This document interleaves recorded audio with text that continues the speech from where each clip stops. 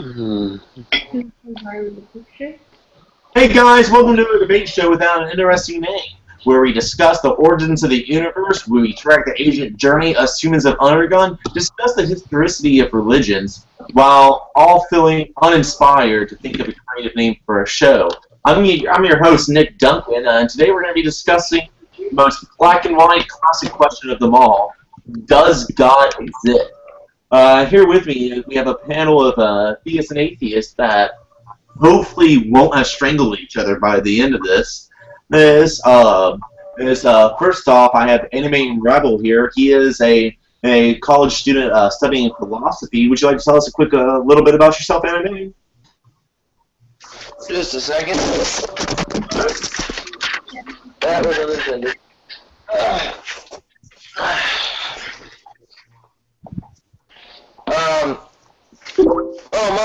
I don't try to tell that much about myself, but I am a Christian. I've been a Christian for, I would say, all of my life. And I got into apologetics, I think, a couple years ago. And what I found was studying philosophy, you can really get God out of it and out of science based on what you actually learn. Okay, very good. Next up is Brandon Hinkle, and he's got his girlfriend Lindy Reeves right next to him. Brandon, sorry, you'll have to forgive me. I'm struggling to recall which school you went to, but he is a philosophy major and is a very funny guy. So you want to talk a little bit about yourself, Brandon? Yeah. Can you guys hear me? Yeah. Okay. Yeah, I'm a philosophy major at Indiana State University. I've been studying philosophy for a couple of years, and I've only really been involved in these kind of debate groups for a couple of years. But I've considered myself an atheist for a couple of years, so I'm pretty new at this. Okay. Going right down the line, Charles Kelly, ordained Presbyterian minister in the Presbyterian Church of USA. You like to talk a little bit about yourself? Yeah, ordained minister, small town church in Colorado. I studied philosophy when I was an undergrad. That was my major, and then went to seminary for a few years, and now here I am. I don't know what else there is to say. All right. John Gleason got his master's in computer engineering, and got it right this time, from the University of Alabama, and then head of the blog Godless Engineering, a very, very popular blog. Would you like to talk a little bit about yourself, John? Yeah, I'm on Godless Engineering on Facebook. We've also got a website, godlessengineering.com. We try to post funny stuff about religion and some news stuff and whatnot. Try to keep people informed. Try to give good retorts to theistic bullcrap you might see on Facebook or in your personal life. All right. Hey, next up is Jerome Raber. Jerome is a very mysterious man. I tried to find out details of his past, and he threatened to kill me. I'm hoping I can coax him into shedding the light on a few details right now. He hides his past behind the beard. When did I threaten to kill you, Nick? I don't remember that. Oh, sorry. I guess I must have been. Okay, yeah. Anyways. So my name is Jerome, and I go to I'm bringing, I guess, the fundamentalist perspective here. I'm the one guy who officially is supposed to hold the position that everybody else in this panel is going to hell. But yeah,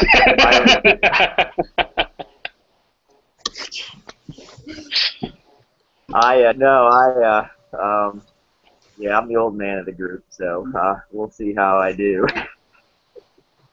All right. Next up is Noelle Mills.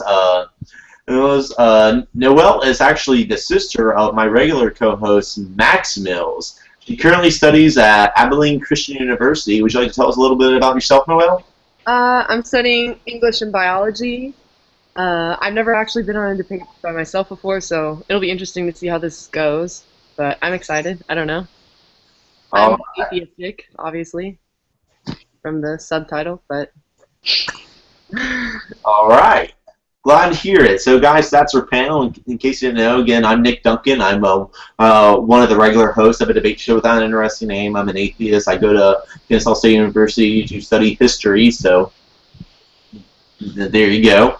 And we're going to jump right in. The format of tonight's debate or discussion is I'm going to throw out various questions. For example, did space-time have to have a beginning, or can we be good without God? And I'm just going to moderate and let people go back and forth on this answer. We get a good mix of atheists and theists on the discussion panel here. So that's that. And if you guys have any questions, you can look at the bottom left-hand screen right now. You'll see a little link to click on the Q&A. And if there's anything you would like to see, anyone in particular, or the panel in general to answer, you just got to click on the Q&A link, and it'll take you to a new tab. And as long as you sign in to a Google Plus account, you can submit a question right away. It's very simple, very intuitive.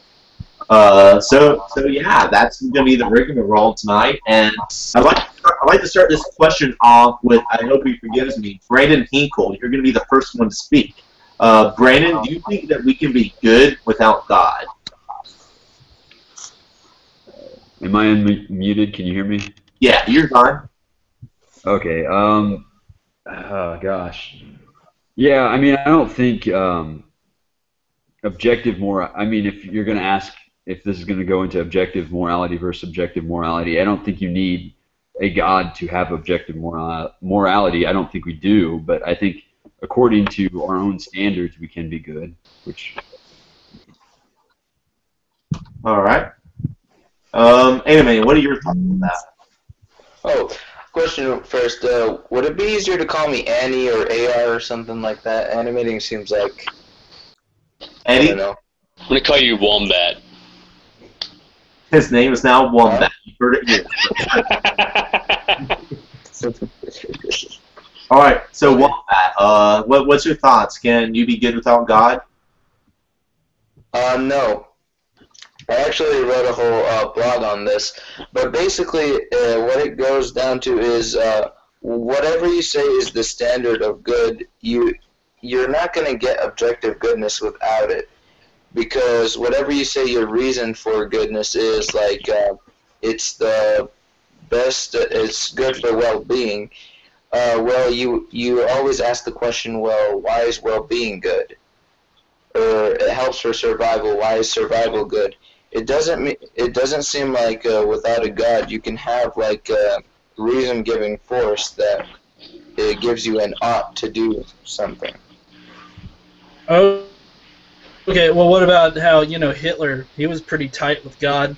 I think they had like brunches together. Yeah, I think using Hitler as an example of a Christian or an atheist is really, honestly, I think it's stupid. I think. Is it? Okay, well, there's 350,000 Christian. I'll tell you why.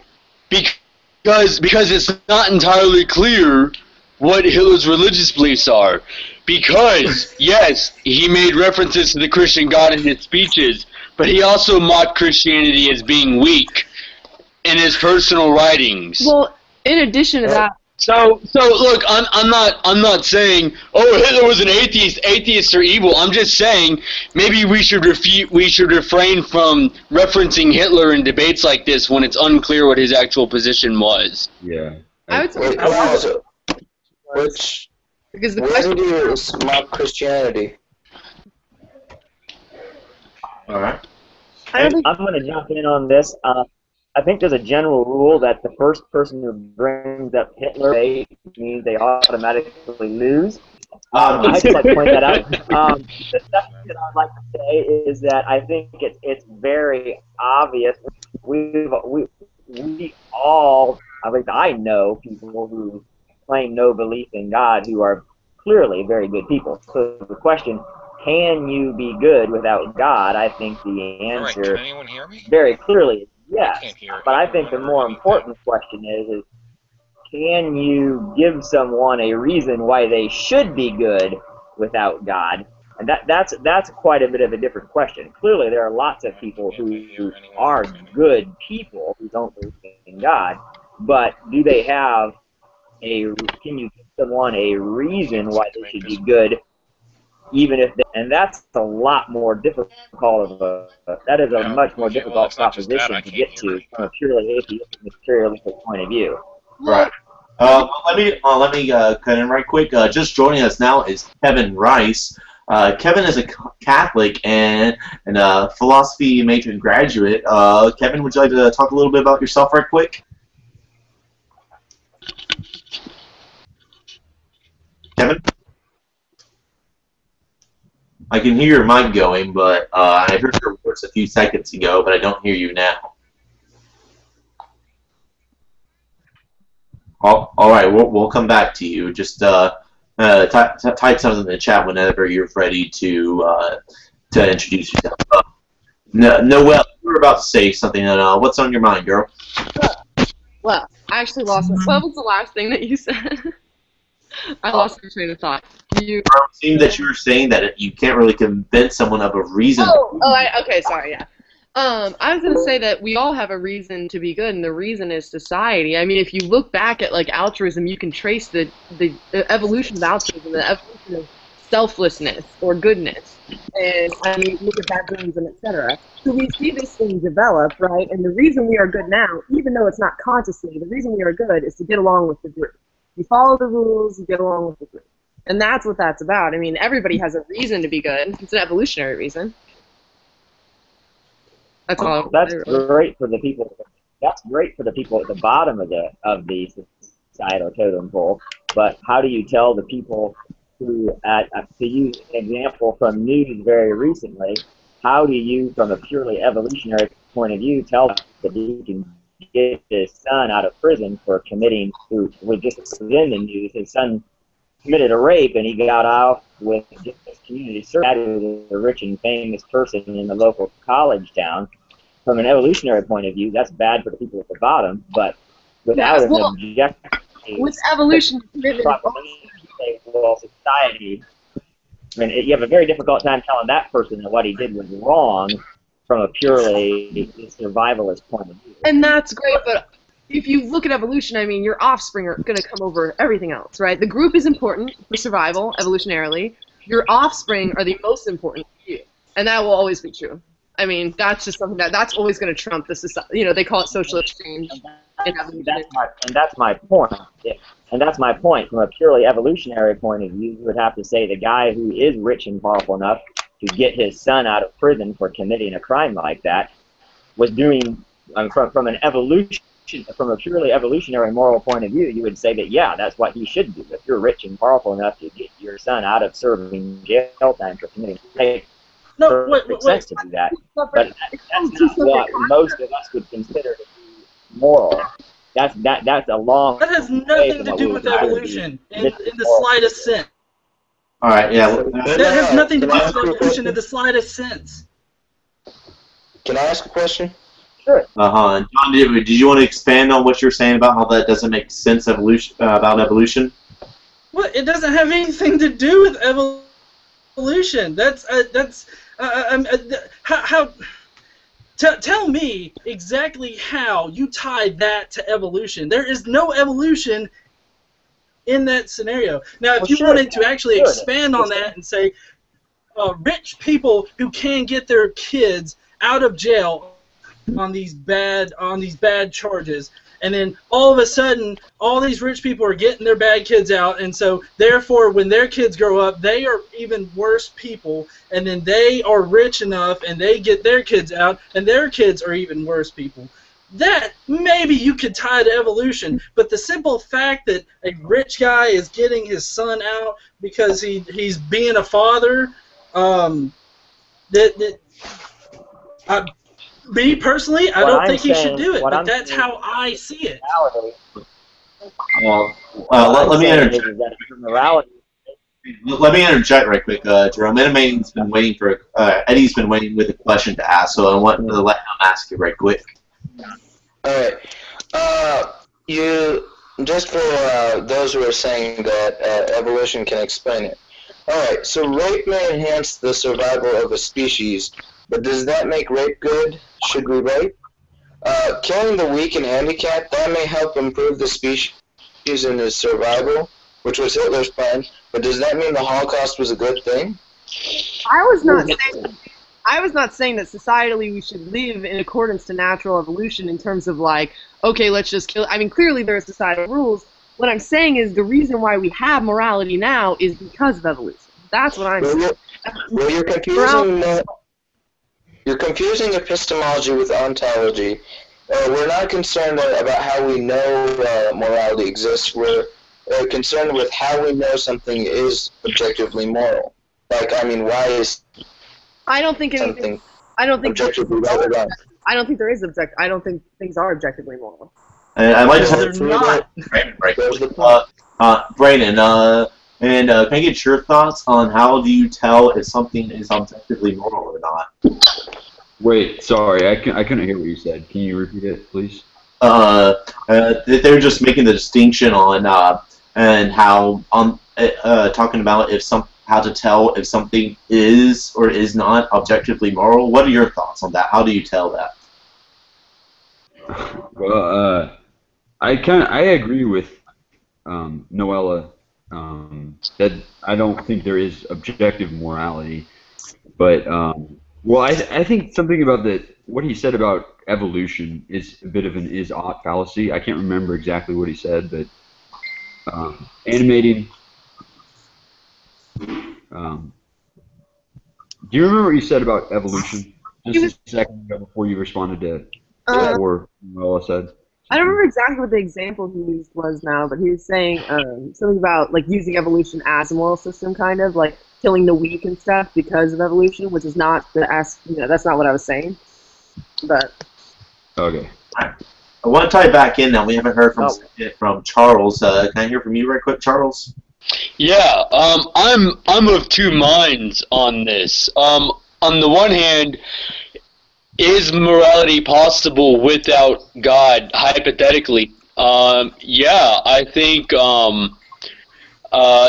read Locke and, I almost said Calvin and Hobbes, which I have read. I read John Locke and Thomas Hobbes, and they have different ways of getting at it, but they both come to social contract theory, which is I think one of the better explanations for morality. With that said, theologically speaking, I do believe that there is a such thing as an objective morality, and I think that flows from God, and we can choose to obey or disobey it.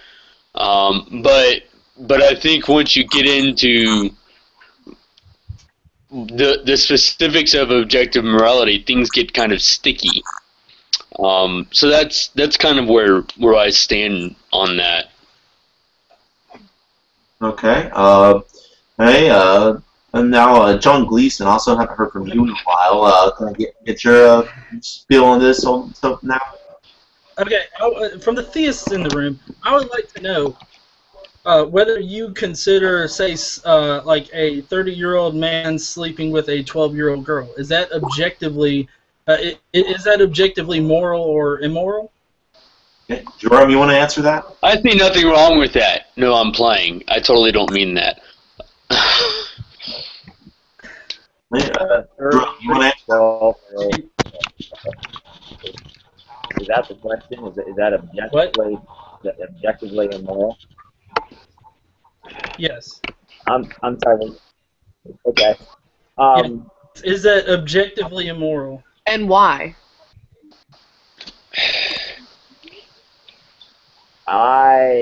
Definitely in our cultural setting. That's one of I'm going to back up. Yes, it is. Oh, sorry, let me finish. I'm retracting that. I'm backing up. I'm saying that yes, it is, and that is a moral truth that we have. That is an example of moral progress that our society has made. we can look back and say No. that is objectively better, objectively more moral.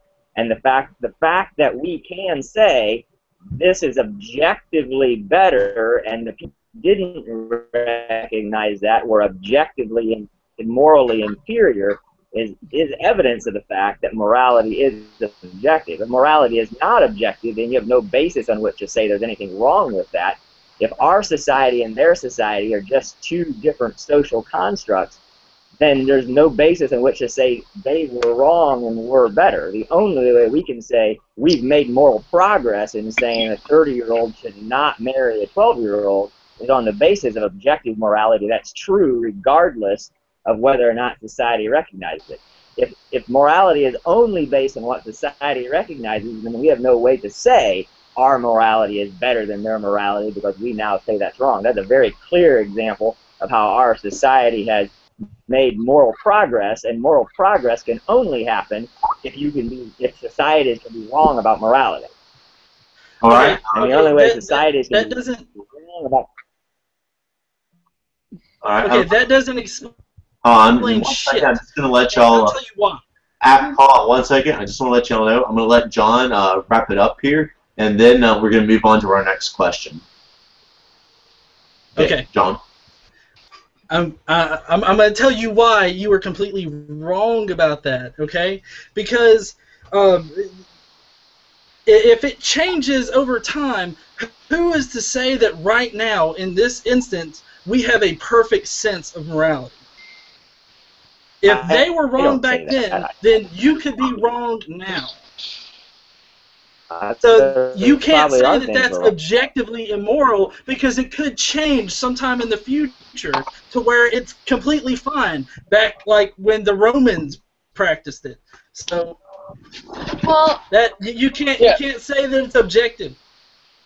No, you didn't really do anything to refute his point. You just kind of attacked his straw man. I feel like I'll just say this. I feel like your point is kind of contradictory because you seem to say that society is not a valid measuring stick for ethics, yet you use today's ethics as a measuring stick for other ethics. So I don't really understand that. And then, I mean, so how would you say, like, what would you say about it? I felt like what you said was, well, now that we've changed it, we can look back and say it was objectively moral, but you're living in a society where that's different. So for you to view that as immoral makes sense. There are certain things, there are certain areas where our society has regressed. Let me interject. Society is not. There are certain areas where society has regressed. Jerome, let me interject right quick. I want to go ahead and wrap this up to a piece. Because we have limited time here tonight. I want to go ahead and move on to the next question. We have one from the audience right quick. I'd like to see if we can spend roughly 5 to 6 minutes on, then we're going to go on to the next main subject. Matthew B. Mean wants to know, what do we think God really is? He thinks that in order to actually answer this question, we got to be able to say what it is we're trying to say exists. So, Charles, would you like to answer this one for us right quick? Yeah, go on. Yeah, would you like to answer that? Yeah, is the question asking me to define God? Yeah, it seems so. You know, saying, what do you know about what God really is? And then I don't mean factual information is what it says. Right. Well, I mean, there's not a lot we do know. Well, I guess I should say there's more we don't know than we do know. I always begin discussions on theology saying that theology is the attempt of the finite to understand the infinite. So what do we know about God? We know that God is loving. Maybe not all loving, but we know that God is loving.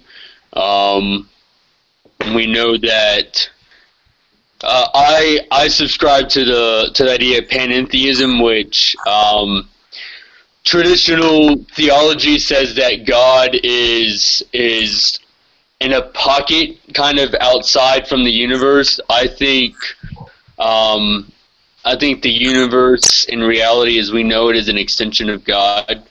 Not to be confused with pantheism, which means the universe is God, but rather part of God.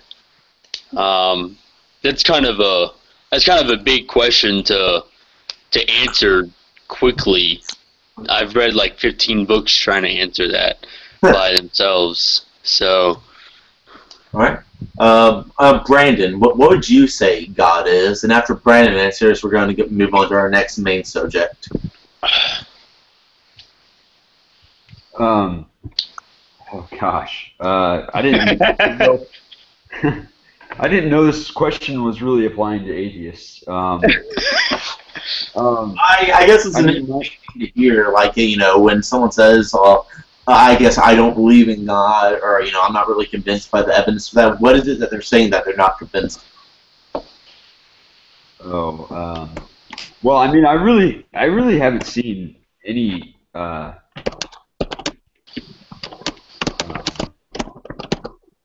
evidence of God. I mean, the idea of the Christian God, as told by people, doesn't seem to. I mean, sorry, the text. I mean, the Christian God doesn't really appear to me to be all loving from what I've read. I know it's a little. I've read some of what Max has said, and it's a little. It's I don't know. It's hard to get all loving and all powerful and all knowing, and have this universe be a product of that. It's really hard for me to wrap that around my head. You'll notice I didn't specify all powerful and all knowing, but Right. it's an aside. All right. Well, let's move on now. Hey, Kevin, are you there? Can you hear me? Yes, sir. Tried to get this guy introduced earlier. He is a Catholic and a philosophy major. Kevin, would you like to talk about yourself right quick? Okay, if you can hear me. Yes, Can sir. everyone hear me? Yep. Loud and clear. Okay, good. All right. Well, actually, I'm a little bit unprepared because I didn't think anyone was going to be able to. Where are we going right now? What are we talking about? Who are you? Yeah. Oh, okay. Tell us a little bit Good. about Okay, it. I can answer that. All right. I'm a former grad student in philosophy. I made it all the way to the master's level in terms of completing seminars and classes. I just never finished the thesis. So, but I went to Franciscan University of Steubenville, and I used to tutor people in theology. I read everything I could get my hands on, not just my classwork, but I basically devoured their library. So, I mean, that's me. I'm the bald guy who read a lot. All right. So, Kevin, I'd like to let you lead off our next discussion. Does space-time have to have a beginning? Ooh, okay. All right. Let's say that it would seem it does not have to have a beginning, and I'm sorry, getting a little confused here. No, it would seem time, as we know, it does have to have a beginning, because if you had an infinite past number of moments, countable moments, seconds, you would have a truly infinite quantity, which logically is impossible. It can't happen. All right. And John Gleason, I'd like to give you the opportunity to say what you think about that right quick. Well, about whether the space and time needs a beginning, I would say so. I mean, there's got to be a fixed point in the past where time began, because time is, was like space, and it came into being. My personal, well, I accept the fact of the Big Bang. I know that we don't know exactly what happened to make it bang, but there are some really good ideas out there right now, and I know one day we will figure it out, and then we won't need that. We won't need God for that anymore, like some people think. Okay. Gonna move on up. Eddy, would you like to tell us your thoughts on if space-time had to have a beginning? Sorry, is that referring to me? Yeah. Yes. Oh, sorry. You didn't Sounded call like you him said Wombat. Eddy. Okay. What I think, I would say yes. The reason, like, I know it had a beginning is because of the philosophical arguments against an infinite. Because basically, if the infinite moment, if the past was infinite in the past, it was infinitely long, you know, this moment wouldn't have arrived here. I mean, that's one argument. And then the other argument would be from the scientific evidence for the Big Bang. And that's another good reason for it. But regarding what John Gleason said, I don't think science is going to figure out what caused the Big Bang or whatnot, because the beginning of the universe is the beginning of space-time. Without space-time, there can't be nature, so you're not going to get a natural cause. So, like, saying that science will find a natural cause to the universe is like saying one day science will show me that I gave birth to myself. But then you could say, well, why can't the universe come from an immaterial, timeless substance? Well, see, in order to create the universe, the substance would have to have free will. Because if it didn't have free will, then the only way it could cause anything to happen is if something outside of it caused it to cause the universe to exist. I mean, but that can't be, because there's no time for that to happen. There can't be any motion to allow for an event to cause a substance to cause the universe into existence. That makes no sense. So we have to conclude that the substance would have some kind of free will. But if it has free will, it's conscious. And if it's conscious, then we can't really call it a substance anymore, can we? It would basically be a person. So that's why we would get to the conclusion that if the universe began to exist, the cause has to be a personal being. And Brandon, I'd like to bring you into. Somebody click there, no bell. I don't think so. All right, Brandon, you want to talk about what he just said? What do you mean by free will, Animating? Free will, well, I'm talking about the libertarian sense. Did Annie disappear? What?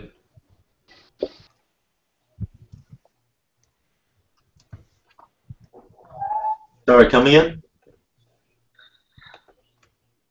I can't hear Annie. I'm not talking. Oh, okay. Brandon, did you ask a question?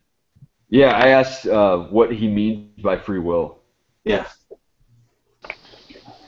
Oh, well, yeah, it's basically the agent's ability to make choices. So nothing causes you, the agent freely chooses it, so you're sort of a first cause in of yourself, I would say. Okay. Hey, anybody want to know a fun fact? What? Go ahead, buddy. All right. At this moment right now, your individual cells, these spaces in between the protons and the neutrons, they're actually popping in and out of existence right now.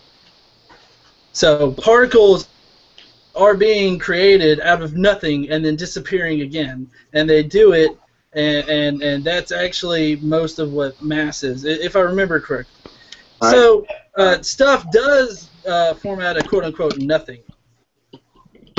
And it doesn't take a god to make a conscious decision to do that. You don't know that. All right, And Kevin, you want to go ahead and I guess you're ready to say something there. I was going to call on you anyways, whether you like to. Oh, cool, thanks.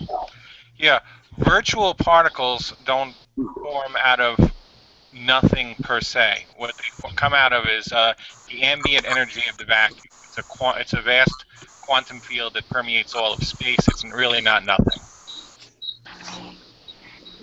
Yeah, no, I was going to make that point. Is that the background energy of the universe, something is not nothing. It is a something that has to be accounted for.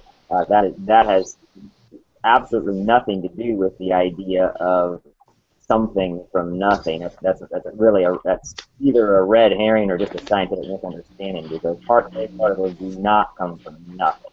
That is a misunderstanding of the concept. No. My point in bringing this up is that you're saying that it takes a conscious decision to create things, right? But yet these particles are popping in and out of existence as we speak. So who is God making those small instances of a decision, or is He making those like so many billions a second? Possibly. No one is. I mean, no one is suggesting that God is recognizing. Let Charles go. Let Charles go.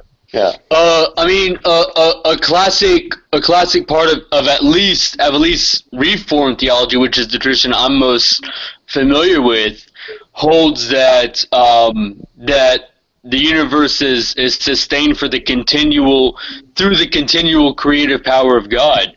So John's claim that particles, assuming they're true, that particles are popping in and out of existence precludes the existence of God, theologically speaking, is not necessarily necessary. I mean, it could very well be that these particles coming in and out of existence are part of the continual creative power of God existing in the universe. All right. And Noelle, I haven't heard from you in a while. I'd like to bring you in. I was out getting a drink when you asked the question. What is the actual question? Right now, the general question is if space-time had to have a beginning, and we're also talking about if that beginning would have to be God.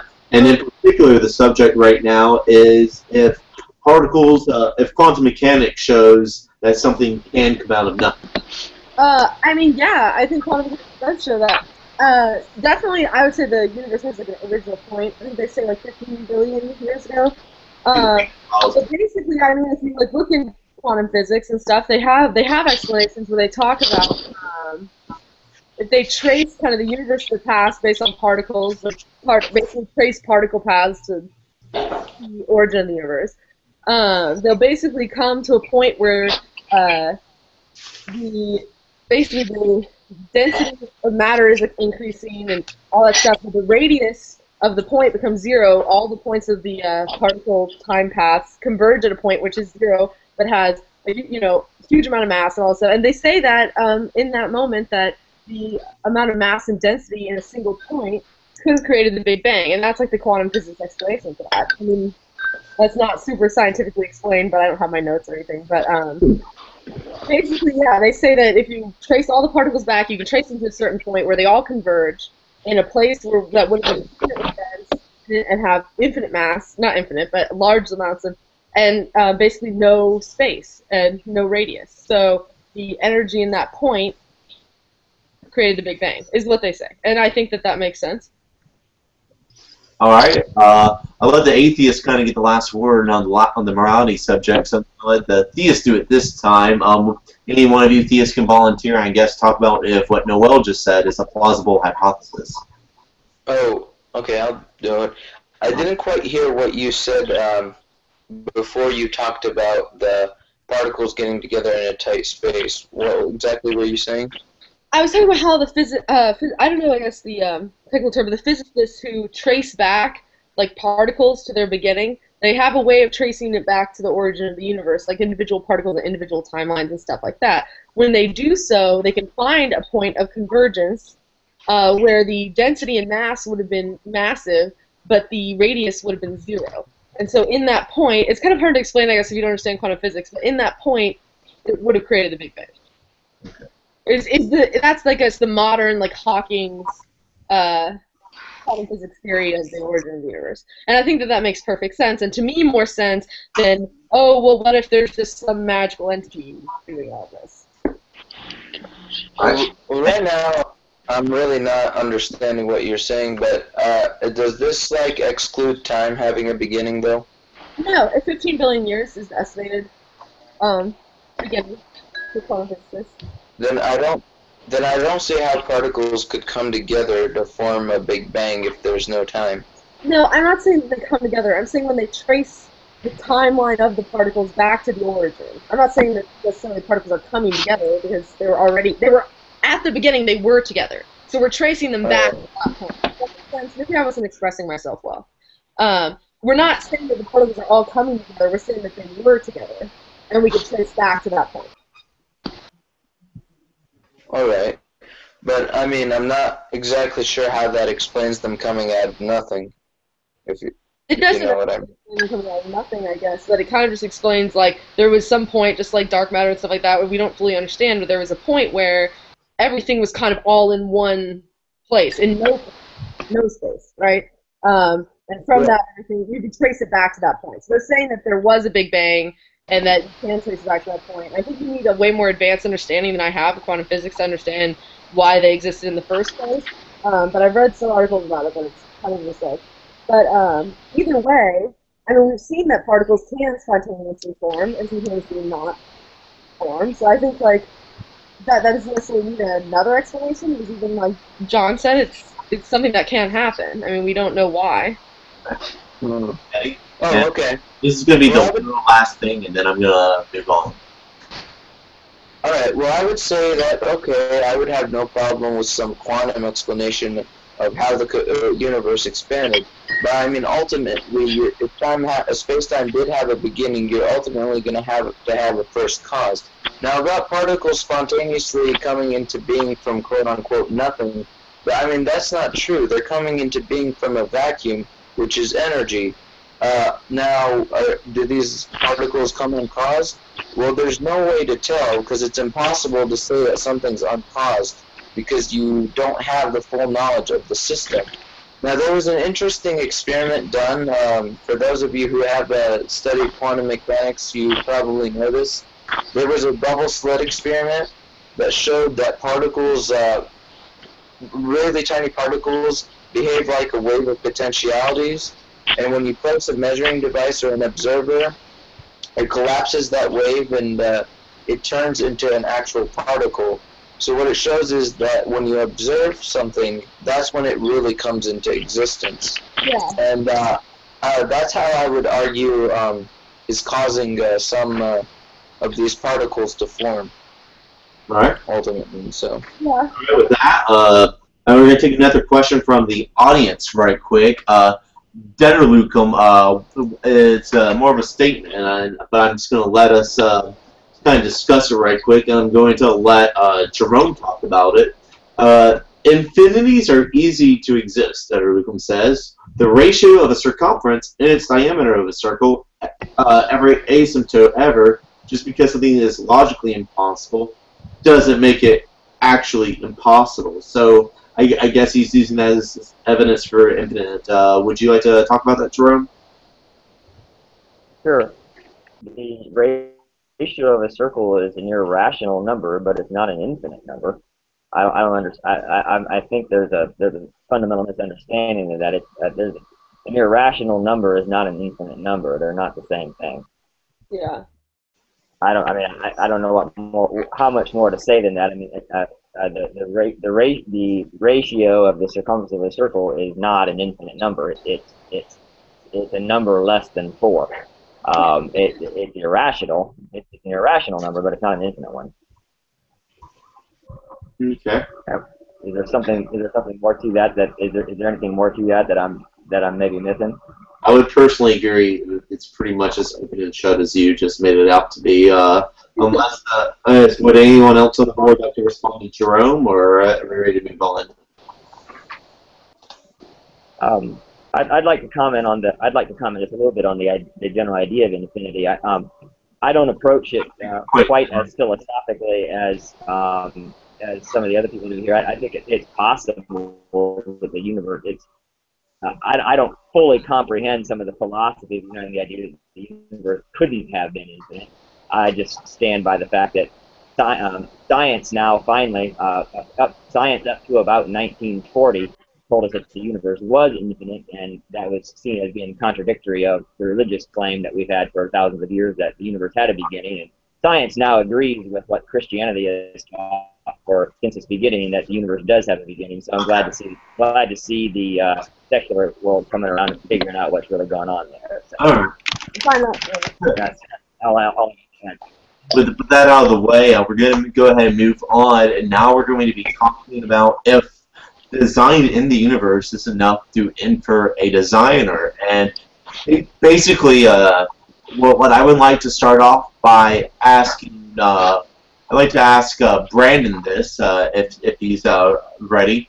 Brandon, would you like to tell me, can our universe exist the way it is, as opposed to a less complex or less seemingly designed universe? Can it exist without a designer?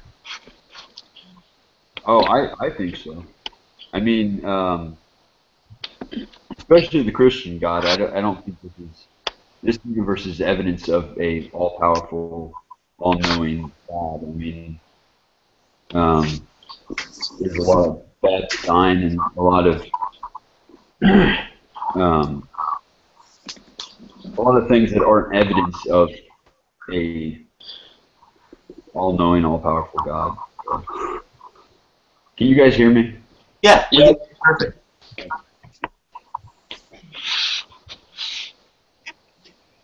All right. That's all I have. Okay. I'll hand it off to Charles. Charles, would you like to talk about design in the universe? I mean, you might want to get Jerome or Annie to talk about this one. I mean, I certainly think the universe was created, but I'm not so sure about, I'm agnostic on whether or not it was designed, in the way that a painter paints a painting or anything along those lines. I think, I think God used natural processes for creation, but I'm not going to sit here and say that Earth is clearly designed because it's the perfect distance from the sun. So maybe Jerome or Annie should pick this one up. All right. Hey, with no disrespect to Jerome, I've heard you talk about evolution before, but I've never heard Eddy talk about evolution. So I'd like to hear from him. Oh, for me, regarding evolution, I would say I'm actually not sure what the perfect origin of life is or how the species originated, but I personally have no problem with evolution as it is in the mainstream science. I don't think it's incompatible with Genesis 1, and I'm ready to defend that if I must. All right. But I just don't say I'm relevant to design. Yeah. Eddie, let me ask you though. Would you say, and is there something about the universe that, in terms of design, you're just like, okay, that couldn't have existed unless someone thought to have put it there, or someone thought to have put it that way? Oh, sure. Hang on. Well, we have what's called, I'll use the fine-tuning argument. Basically, it argues that the universe has to be precisely the way it is, that if things had gone only slightly differently, we wouldn't be here. So there are a lot of these constants that seem to be fine-tuned for our existence. And I would say that's explained the best by design. Hang on. I can actually pull up some examples of this. All right. If you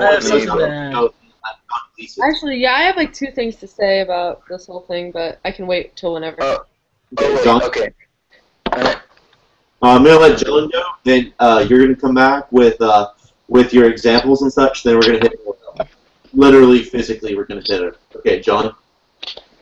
All right. How do you know that a reality doesn't exist where there are different constants? How do you absolutely know that when everything was created, that it didn't create every single possibility of every single atom in the universe? How do you know that didn't exist? Like that doesn't exist. Do you understand what I'm saying? Yes, I understand. It seems like you're advocating some kind of a multiverse, right? Well, I'm advocating the possibility of it. The possibility of a multiverse, right? Yes. Okay. Well, the problem here is that it's not parsimonious. It violates what's called Occam's razor, which basically tells us not to multiply entities beyond necessity. So we should take the simplest explanation that's going to give us the most explanatory power. Using like a multiverse that all kinds of constants were created, and this universe just happens to be one of them, is a major violation, and it's unparsimonious. Like, I think Planninga had a good argument. I mean, say you're playing poker, and you keep getting a royal flush, like continually, and a royal flush is really, really hard to get. And you get it continually for like 6 rows in a row, and your opponents are ready to shoot you, and you're like, and you tell them, well, hey, I know this is kind of improbable, but there are an infinite number of universes where this poker game took place, and we just happen to be, this universe just happened to be the one where the most improbable thing happened. I mean, who's going to take an explanation like that? It's unparsimonious, and it would be obvious that you're cheating. And similarly for the universe, I think it's just a cop-out to suggest that maybe a bunch of other universes were created with different constants, which we haven't observed. It's just not parsimonious and not a good explanation at all. No. You see, Hey, let me get Noelle in here right quick. I just have like a couple small comments, I guess. First of all, to me, it's funny when it this reference to Occam's razor. I find that amazing because if you're thinking in regards to Occam's razor, I would think the least probable thing would probably be some magical entity that nobody's ever seen or really knows about. But secondary to that, your assertion that the fact that it was fine-tuned for us because we exist here and everything is perfect, I think is a little bit fallible in that you're making the assumption that it was fine-tuned for us rather than this is where life ended up because it was the only place that would support life, if that makes sense. Like, thinking like, oh, it was created for life, rather than thinking that in a massive, just inconceivably massive universe, that there would be at least 1 or 2 places that support life, and that's where life would end up. Does that make sense? Like, I think that's kind of why. I'm gonna let I kind of get what you. Let me let Jerome hit this. You've had 2 consecutive moments for the Theist stuff. Jerome? Yeah, the idea of infinite universes is an interesting mental game. Whenever you get playing with infinities, it is an interesting mental game. But if we are going to start positing, the idea of infinite universes that where every possible combination of matter and energy exists in some form at some place, then it's equally likely that the universe that we're in is the one where the only thing that really exists is a giant brain that pops into existence out of the outside of a black hole with all of its memories created inside of it, imagining that this conversation just took place. It's also equally likely that we're in a universe where a being indistinguishable from the God of the Bible exists, and all of these things become equally possible if we're going to start positing the possibility of infinite answer to things that otherwise make no sense from a scientific point of view of possibility, of likelihood. The idea of infinite universes says not only is everything possible, but everything exists, and everything exists an infinite number of times, So at that point, not only are there an infinite number of universes where we're having this conversation and there is no God, there's also an infinite number of universes where we're having this conversation and there is a God. And that leads us down a dead end where we can never answer the question. But ultimately, nowhere. All right. Who wants to take that?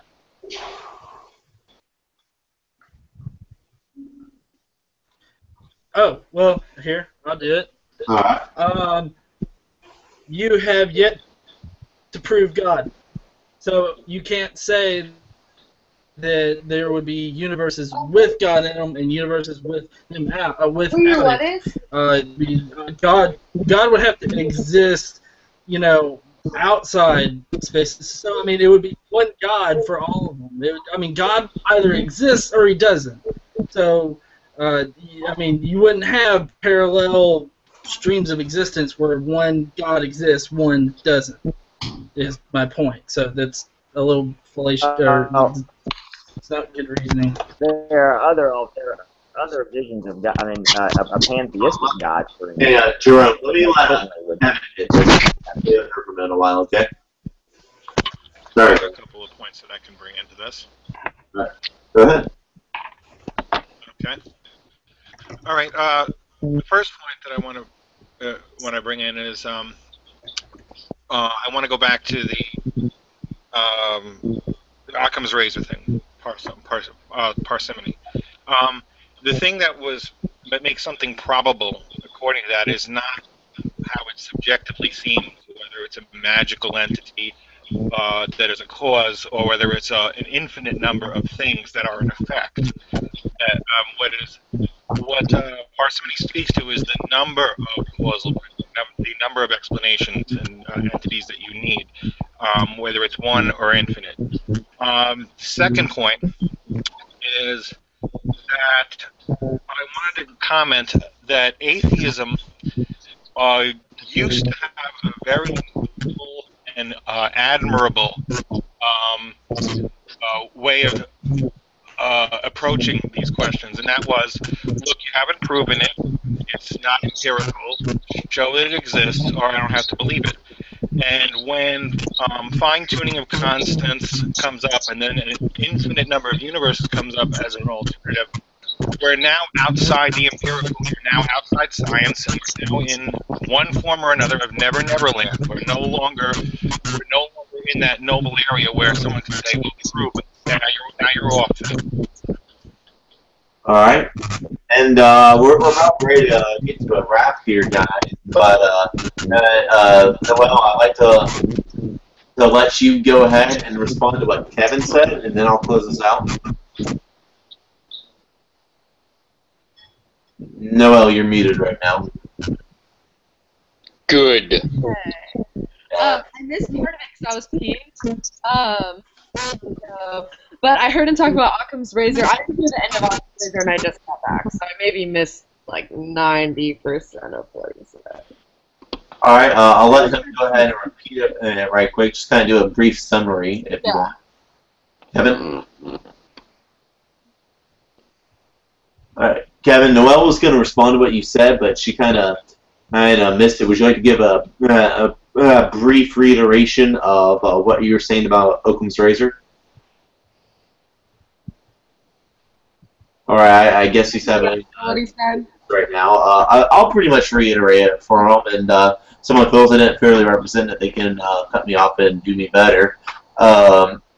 He was saying, one, that Occam's razor doesn't really look at properties such as, it's kind of a math or sense of infinite or anything. It looks at the amount of explanations it gives, how many explanations it itself warrants, and whether that number be one or itself infinite. Second thing he wanted to point out is that the atheist used to be, he thinks atheism used to be very intellectually honest, because it said, hey, I don't know, I can prove it, can you prove that? And if not, I don't have reason to believe that. And then once you bring the fine-tuned constants onto the table, then it becomes, oh well, what about an infinite set of universes? And at that point, we're moving beyond empirical data. So would you like to respond to those?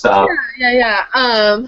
Hopefully I can respond to that without hearing all of it. But basically, I would like to just say that I feel like no matter kind of... Sorry, I'm moving. Okay. I basically feel like no matter if you're looking at the world around you, okay, and you see these natural laws, and we see things... Our math could be incorrect on some of it, but what we see is we see things like gravity, we see things, on a molecular level, and et cetera, atomic level, I guess I should say. These are things that we see and can observe and test. To me, anything else, and they explain, there's really not much. There's like a few little points that these things cannot explain, but in general, it can be explained by science, and that's kind of one system that kind of explains pretty much everything we see around us. Now, bringing in some omnipotent creator entity that created us in his own image, I think Occam's razor would kind of side with me. There's not as many explanations needed for me to be like, well, here are the natural laws, right, and things follow these natural laws. So I don't really know if I even think that's valid, but in addition to that, I've never claimed multiverses. I'm not trying to claim the world of multiverses. I don't know if they're real or not. There's some interesting theories about that stuff, but just in this universe, I think trying to assume a god, it is an assumption. There isn't anything. I would think that the burden of proof for something like that would have to be on theists, because I cannot. For me to go through, I can go list my evidence for things that we wouldn't need a god for. Things like a consciousness, things like morality, things like the earth and evolution, and we don't need a god for any of that. But I can't see anywhere where we really do need a god for it to make sense.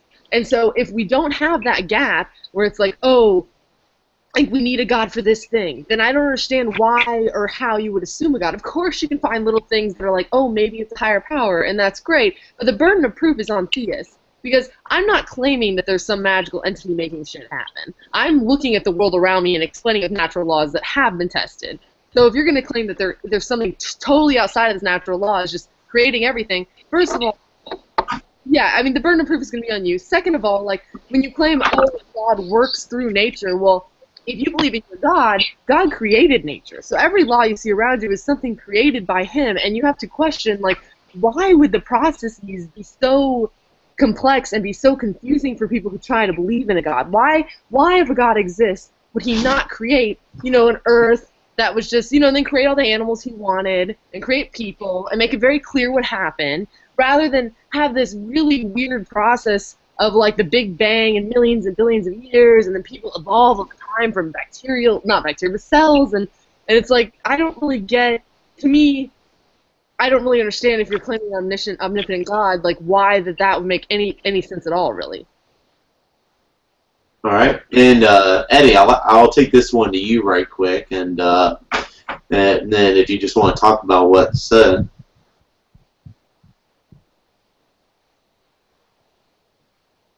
Eddie, we can't hear you right now. Eddie, you're mute. There you go. There you go. Oh yeah, I'm unmuted now. Basically, why do we infer design instead of some natural law? Well, there's a mountain called Mount Rushmore, and basically Mount Rushmore has faces on it. Has a pattern carved out where you can look at it and see faces. Now you can either use your common sense and come to the conclusion that there was an intelligent designer for those faces, or you can say that some natural laws created it with a random wind and erosion. And I think it's pretty clear which choice we're going to make. If we're seeing a specified complexity, we're not just going to assume some randomness caused it. We're obviously going to infer some kind of design. Now, as to why God would create a universe so big and take such a long time to do it, well, first let me comment that efficiency is only a problem. Efficiency is the only thing you need if you lack resources and you lack time. But if God doesn't lack time and resources, then how long he took the universe or how big the universe is doesn't matter. And second of all, scientists have found out, and this has been pointed out by Hugh Roth, that these are actually entailed by our existence. So the universe does need to take this form and does need to be this big in order for us to exist. Yeah. Now, regarding how many planets there are, and we would think that the sheer vastness of the universe would eventually allow for some life to form, but the problem is the constants are way too big.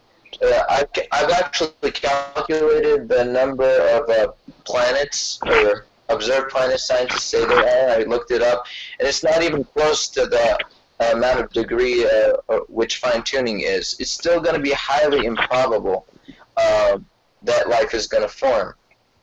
And to expound on the multiverse idea, I would say that the multiverse also has scientific problems, because Roger Penrose found that universes which have high entropy and low randomness, they're usually more likely to abound in a universe that's the size of our solar system.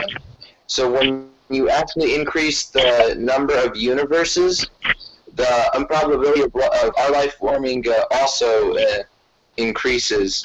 And what he found was that given that we live among trillions and billions of universes, the odds against life existing are 1 to the power of 10, which is to the power of 123, I think 0.5. So what scientists have found is that they need to put an upper limit on the number of universes which can be created by a multiverse, and that number is 10 to the power of 500. And the odds against us existing, of life existing, would be 1 times 10 to the power of over 40 zeros after it. So both philosophically and scientifically, a multiverse doesn't make sense. And finally, regarding Occam's razor, the argument is only for intelligent design, that an intelligence created the universe. We're not necessarily saying Jesus did it, or some kind of infinitely all-powerful being did it. We can speculate, we can deduce who the designer is, but this argument, the teleological argument, only argues for some intelligent design. So it doesn't bother Occam's razor. Can I respond? Well, Yeah, you go ahead. okay. Was this the last part of that? I was not claiming it was Jesus or the Christian God. I was saying any designer at all, to me, is more of an assumption than kind of no designer. It's just based on the natural laws that we see around us. If we see things happening all around us that can explain almost the entire creation universe and man and everything else. So to me, assuming any sort of infinite weird thing that we've never experienced, rather than assuming that natural laws or materialism, it's always going to be a greater assumption. And that was my point. Not specific. I have a question about that. Why did natural laws get assumed? Why is that taken for granted? That's my only question. So go ahead. I would not say natural laws are, because natural laws aren't assumed. Natural laws are tested. We don't just make up like, hey, I kind of feel like this is going on. We see something, we test it, and we record it over long periods of time, and then we say this is something that always happens in these circumstances, right? So I think you said the assumption of a natural law is just fallible in and of itself. I mean as a metaphysical assumption that they always existed. That's what I meant. I'm not saying that they always exist, I guess, but I'm saying that you can see that they exist in certain contexts, and the contexts that are relevant, I mean, you can only test them in relevant contexts. You can't test them in every context. That's true. However, if they are present in relevant contexts, that's really all that matters for an argument like this. Because if we can say that in relevant contexts, such as evolution, like that's relevant to like how man came to be. If we can test it in that way, then that's all that matters. In terms of quantum physics, if we can see that there was an original point, there was a Big Bang, and there was original energy for whatever reason that didn't have to do with the designer, that's the context that matters. I mean, you can't know in every context. You can only know in relevant contexts. And in addition to that, your animating was making the assumption that there isn't life elsewhere. It sounded like, maybe I made that up, but what it sounded like he was saying was that, oh, why would there only be life here? I believe firmly that there is life elsewhere, and we can only observe other planets, like really know what planets there are, and etc., I mean, we observe such a small fraction of those, and even from a distance, that would be hard to even tell if there was life. So I don't, I assume that there is life elsewhere. I believe that there is. I just want to point out right quick, if you want to address it a little bit longer, I think what his argument was that when you look at the complexity of, or the odds of what it would had to have been for abiogenesis to have taken place, he's saying that there's not enough circumstances of which it could occur. For example, not enough planets to offset the odds. For example, maybe I can't remember the exact number he said, but say the odds of it happening was 1 in a billion. He's saying there's only 1 million planets, so you can't satisfy the odds. That's a statistical argument. So statistically, we shouldn't exist, but that does not at all mean that it couldn't have happened. I mean, so we didn't satisfy the statistics. So people who won the lottery never won the lottery then, because statistics said that. I mean, I don't really think that's. I'm sorry, but I'm really not going to argue against anybody that doesn't know how basic statistics work. I mean, statistically, you could say it's improbable. Great. I mean, a lot of things are improbable and they happen. I don't really think I don't really have anything to argue against there, except for the fact that you're using a statistical argument, which to me means nothing. Okay. Well, guys, so I want to go ahead and bring this to a close. Been running for an hour and 13 minutes now. Want to pick on Charles right quick because that'll let us close on a theist, and I know he's usually pretty even-sided. So I reckon there'll still be a little bit from either side. I would still want to get this point across, but gotta bring it to an end. So, Charles, would you like to kind of give some closing thoughts on the discussion at hand? On the discussion of which discussion specifically? Just exactly what we were talking about right now. Were you paying attention, Charlie? No, I was not paying attention. That was a discussion that didn't interest me. Noelle. Please don't die during the Okay, we were the last I was paying attention, I heard about alternate universes. Is that what y'all were talking about? The multiverse, and if we have to explain the fine tuning of the universe with God. I mean, I think honestly, even as a theist, I think fine tuning is a poor argument for the existence of God. I think if we try a little bit harder, we could probably do better than fine tuning. I think. And the reason I think fine tuning is a poor I mean, if we're talking probabilities, then yeah, we can talk probabilities, but I mean, it's just as probable that God fine tuned Earth for us as it is that the only reason that life developed on Earth is because the conditions were just right. So I think it's kind of a moot point even when we're talking about multiverses. And I don't know enough about the scientific theory of multiverse to comment on it one way or another. I just know that Stargate has a few episodes that deal with it, and I really like those episodes. That's really all I have to say about that. All right. Well, guys, with that, I'm going to go ahead and bring it to a close now. This is a debate show without an interesting name discussion panel on if God exists. We talked about today if an objective morality or it can exist without God, or if we can be good without God. We talked about first cause and infinite regress, and we had just a great discussion on the complexity of the universe and if it had to have been fine-tuned by a fine-tuner. And please like us, subscribe to us, comment on the video, share it with all your friends, and go into public and just start shouting your name, get it tattooed on yourself, go into our Facebook page, facebook.com. $50, Nate. Say what?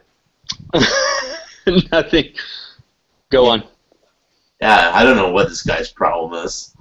Facebook.com/uninteresting debate show. That's the one-stop place to find out all our upcoming events and stuff, and also see a bunch of really goofy images that me and Max find off the internet to pull on.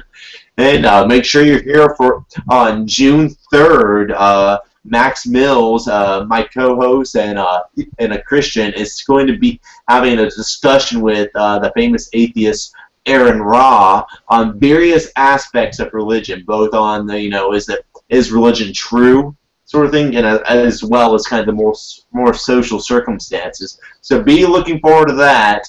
And again, thanks for y'all's time. Comment all your thoughts on this in the comments section, and bye.